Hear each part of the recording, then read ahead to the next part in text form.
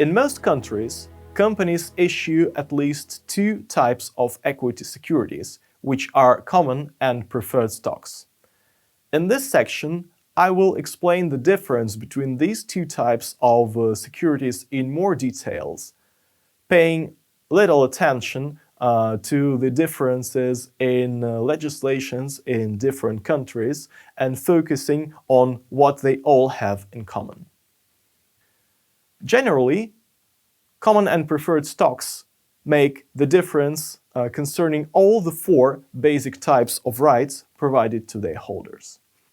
In terms of voting power, common stocks provide their holders with the voting rights on all the questions in the agenda at the annual shareholders meeting. Whereas the holders of preferred stocks generally are not provided any kind of voting power, except for the cases I will talk about later. The dividend for common stocks is flexible, and it heavily depends on how much the company earned during the recent year. However, the company promises a fixed amount of dividend paid on preferred stocks, which is mentioned in the company's bylaws and in the securities prospectus. However, preferred stock is not a debt security, which implies that paying a dividend is still the right but not the obligation of the company. This implies that once the company does not get profit in a particular year, it's still not obliged to pay dividend on the preferred stocks without going bankrupt. When the company is liquidated, then the holders of preferred stocks have a senior claim on the company's assets. And only after they are paid in full, according to the amount specified in the company's bylaws, then the common stockholders have the right to take the remaining value of the company's assets. The fourth difference concerns convertibility. Generally, common stocks cannot be converted into other types of securities. However, preferred stocks can be converted into common stocks or into other types of preferred stocks. In most countries, companies can issue only one type of common stocks. However, there are some exceptions though. In the United States, there are three types of common stocks which can be used by companies. The most popular one is the so-called Class A stocks, which is referred to as a regular common stock. I mean that such stocks provide a single vote for a single security and ordinary access to dividends and the company's assets. On the other hand, some companies also have Class B stocks outstanding, which are typically held by the founders or executives of the company. The main difference is that such a stock provides a bigger amount of votes, which make their holders a bigger decision-making power in the company. Indeed, such executives like Mark Zuckerberg in Facebook or Sergey Brin in Google have a significant holding of Class B stocks, which provides them the right to control their companies. Finally, some companies also issue Class C stocks, which are typically distributed between the company's employees. The difference is that these kind of stocks do not provide voting rights. However, their holders have ordinary access to the company's dividends and assets along with the holders of Class A stocks. I have previously mentioned that preferred stocks do not provide their holders with the voting rights in general. However, there are some exceptions. The first exception considers the questions when the company is deciding on its reorganization or liquidation, or changes in the company's articles or association if the rights of preferred shareholders can be restricted. In these particular situations, the holders of preferred stocks have the right to vote along with the holders of common stocks. Another possible example when preferred stockholders receive voting power is the situation when the dividends on preferred stocks that the company promised have not been paid. In this case, starting the next year after the year when the dividends were not paid, the holders of preferred stocks will have the same voting power as the holders of the common stocks. And they lose these rights when the company resumes these promised dividend payments. A company may use various types of preferred stocks. Here I would like to mention only the most popular ones. However, the list is not limited. One of the most frequently used type of preferred stocks is called cumulative stocks. The thing is that the dividends unpaid are accumulated and are paid later when the company resumes receiving profit and has a chance to distribute it in the form of the dividends. Actually, this is the reason why the holders of cumulative stocks do not receive voting rights at the shareholders' meeting starting the year when the dividends are unpaid. Also, convertible preferred stocks can be also popular, and generally such stocks can be converted either into common stocks or into other type of preferred stocks. A participating preferred stock is another example of how the company can adjust the type of equity security to the shareholders' needs.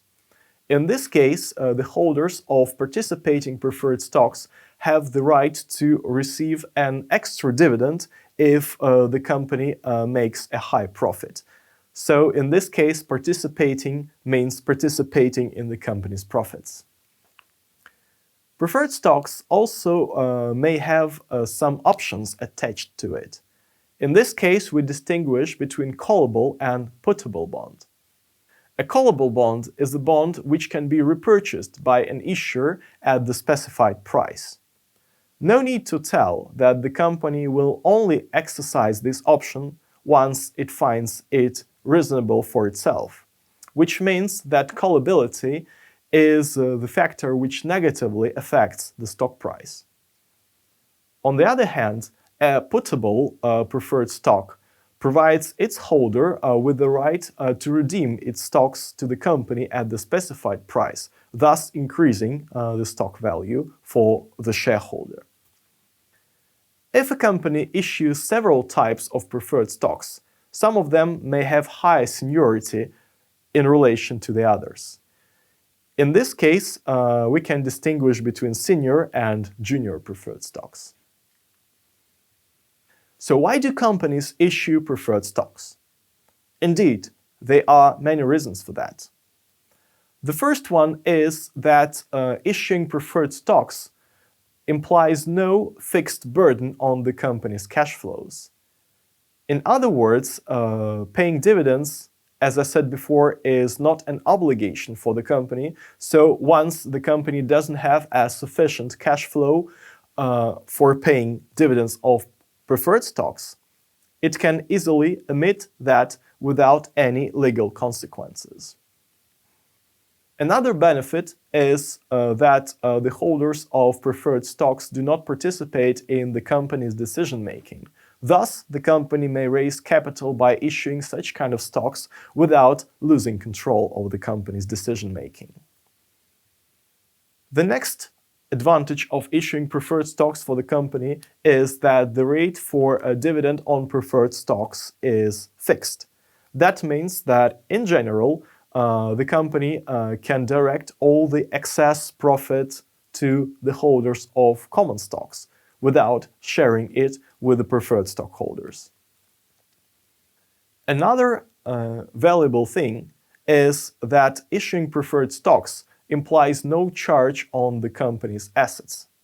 Preferred stocks are not debt securities, so that's why the company's assets will not be pledged as a collateral, and it can keep its assets free for raising some loans in the future. Finally, As you have seen before, there is a large number of preferred stocks which can be issued by companies. So that's why the companies can offer different types of stocks for different investors depending on their preferences and needs. Preferred stocks are more common in private or pre-public companies, where it's useful to distinguish between the control and the economic interest in the company. Also, in many countries, the banks are encouraged to issue preferred stocks as a source of Tier 1 capital. As we have seen before, there is a wide variety of advantages for issuing preferred stocks from the company's perspective. But can we say the same about investing in preferred stocks?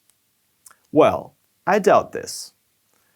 As we have seen before, preferred stocks contain the advantages of equity and debt financing for the issuing companies. That's why they are generally referred to as quasi-debt securities. However, investing in preferred stocks contains visible obstacles for investors on the other side. As the quasi-debt, but still not debt, the claim for the dividend, which is fixed, is not guaranteed, which implies that still, if the company doesn't pay the dividends on the preferred stocks, the shareholders do not have any legal power to claim these dividends to be paid. However, on the other hand, they cannot interfere into the company's decision-making and force the company's management to do it, thus meaning that their rights are somehow restricted. However, good news is that investing in preferred stocks can provide a higher return compared to investing in the debt securities of the same company.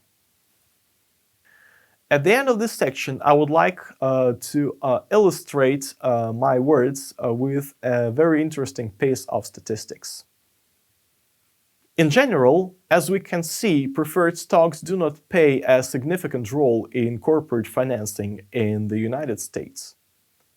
Except for the years 2008 and 2009, where the equity holders claimed a higher protection of their rights, thus increasing demand for such kind of securities. And so the supply followed. However, in general, preferred stocks are more popular in the countries like Germany or France, when they can contribute to more than 20% of the company's capital structure.